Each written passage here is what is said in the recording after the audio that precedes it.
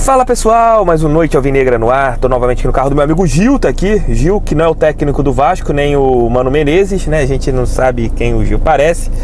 Mas estamos indo aqui agora para a rodoviária Novo Rio. Acabei de gravar 2 episódios, um com o Durcésio Melo e também com a Natália Lara, 2 episódios que entraram ao vivaço hoje aqui no nosso Resenha com TF. Inclusive o presidente do Alvinegro falou alguns pontos importantes, né? Ele disse que a concessão do estádio Newton Santos, você teve até um evento em 2021 no estádio Newton Santos, né? De que havia sido aumentada até 2051, porém o Durcésio disse que o contrato não foi assinado.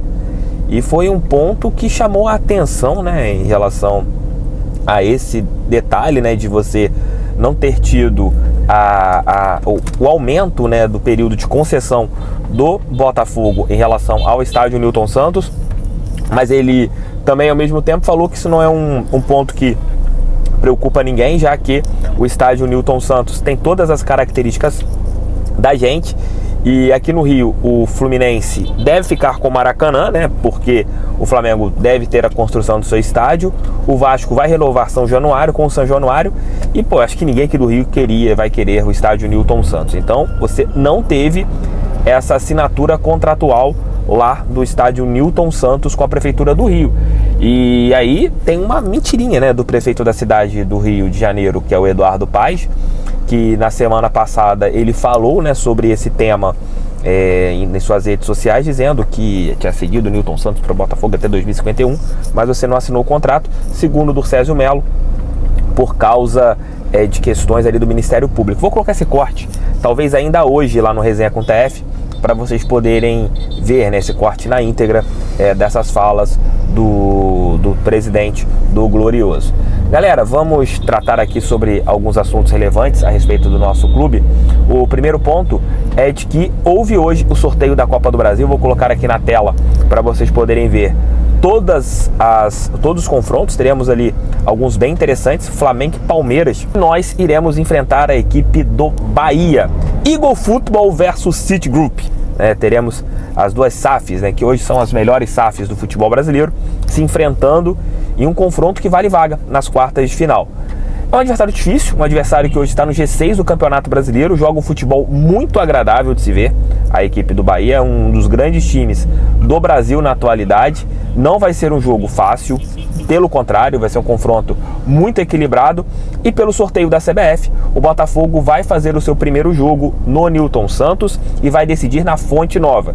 Então nós iremos fazer esse confronto contra o Bahia na Fonte Nova. E tem aí alguns pontos que precisam ser lembrados. O Botafogo fará 3 jogos na sequência, longe do Rio de Janeiro e antes da partida contra o time do Palmeiras pela Copa Libertadores da América. O Botafogo vai jogar fora de casa contra Atlético Goianiense, Bahia, né, pela Copa do Brasil, e contra o Juventude, e na sequência o jogo contra o Palmeiras pela Copa Libertadores. Hoje, graças a Deus, nós temos o elenco. Dá para o técnico Arthur Jorge rodar, né, no Campeonato Brasileiro.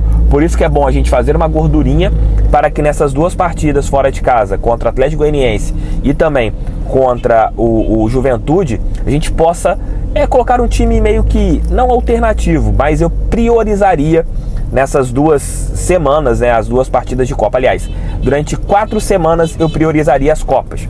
Nos 2 confrontos contra o Bahia pela Copa do Brasil e nos confrontos contra o Palmeiras pela Copa Libertadores da América.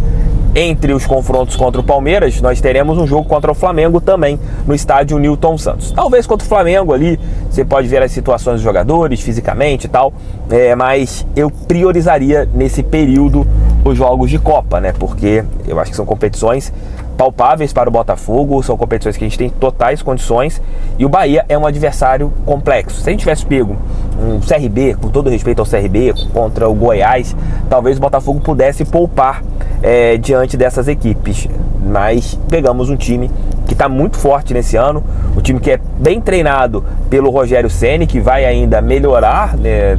Tem algumas contratações que estão por vir, e o Botafogo vai enfrentar o Bahia pela Copa do Brasil. Dá pra gente passar, claro, acho que a gente tem condições de enfrentar e vencer qualquer time do futebol brasileiro, e o Bahia será um desses times, né? A gente torce que o Botafogo ele consiga ter um grande desempenho, que o Botafogo consiga ter uma atuação convincente, que ao contrário do que aconteceu no jogo Newton Santos, que a gente saiba aproveitar as oportunidades de gols que nós iremos criar e que a gente vença. O Botafogo tem condições de passar pelo Bahia, é um jogo difícil, mas temos tudo para passar da equipe baiana e conseguirmos uma vaga nas quartas de final da Copa do Brasil.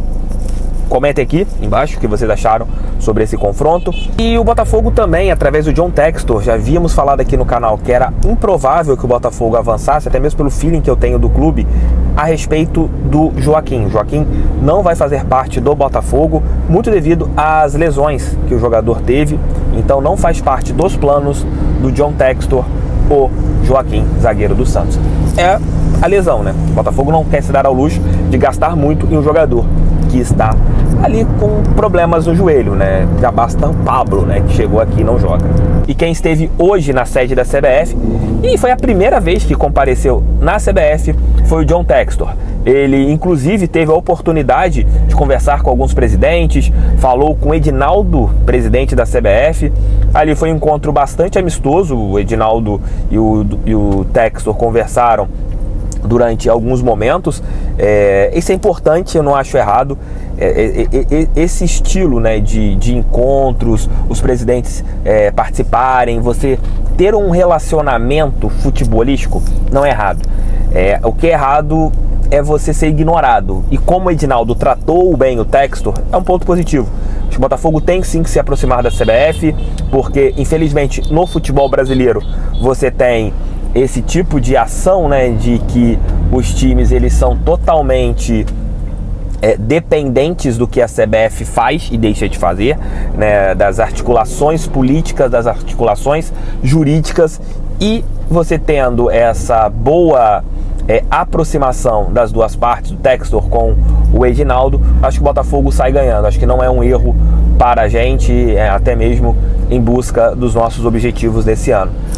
Que agora a CBF ela trate o Botafogo com mais respeito, principalmente nas escalas de arbitragens, e que tudo dê certo daqui para frente, né? Alguns vídeos foram mostrados, inclusive do John Textor tendo ali uma conversa com o Rodolfo Landim, presidente do Flamengo, teve um encontro com o Mário Bittencourt, presidente do Fluminense, entre outros mandatários, e é bacana. O Textor, que hoje é um dos nomes mais fortes do futebol brasileiro, eu acho que o torcedor de qualquer time da Série A conhece o nome John Textor. Se você perguntar quem é o responsável pelo Botafogo, John Textor. Quem é o responsável pelo Galo? Muita gente que não é ligada ao futebol não sabe. Quem é o responsável pelo Cruzeiro? Não sabe. Quem é o presidente do São Paulo? Muita gente que não é do meio do futebol não sabe. Mas se perguntar quem é John Textor, o John Textor do Botafogo, todo mundo conhece. É um cara que entrou no futebol brasileiro e todo mundo hoje tem um bom conhecimento do que é ele, de como ele é, e o Botafogo sai ganhando com isso. Pra gente encerrar, tá tendo muito choro da imprensa palmeirense, e o PVC, que é um cara que eu gosto bastante, mas ultimamente ele tá Mauro-Cerzando, né, cara? Assim, tá na Mauro-Cerzação, se eu posso falar assim.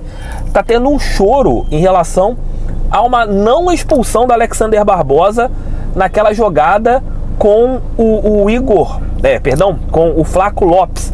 Os palmeirenses estão tentando igualar a esse lance com o que aconteceu com o Igor Rabelo no jogo contra o Botafogo. Cara, uma coisa que era o Luiz Henrique entrar na cara do gol. O Flaco Lopes não iria entrar na cara do gol contra o John. Você tinha a cobertura ali que estava do lado do Bastos. Não era o lance para expulsão. Não era um lance para expulsão. Mas aí você vê, é aquilo que eu sempre falo no canal. Quando é para os outros, sempre vão reclamar, né? Sempre vão chorar. E o choro do Abel Ferreira ontem na coletiva foi lastimável. Aí o Botafogo é prejudicado, tem torcedor aqui do nosso time. Para de reclamar, TF. Você está reclamando da arbitragem. Ontem nem foi um erro.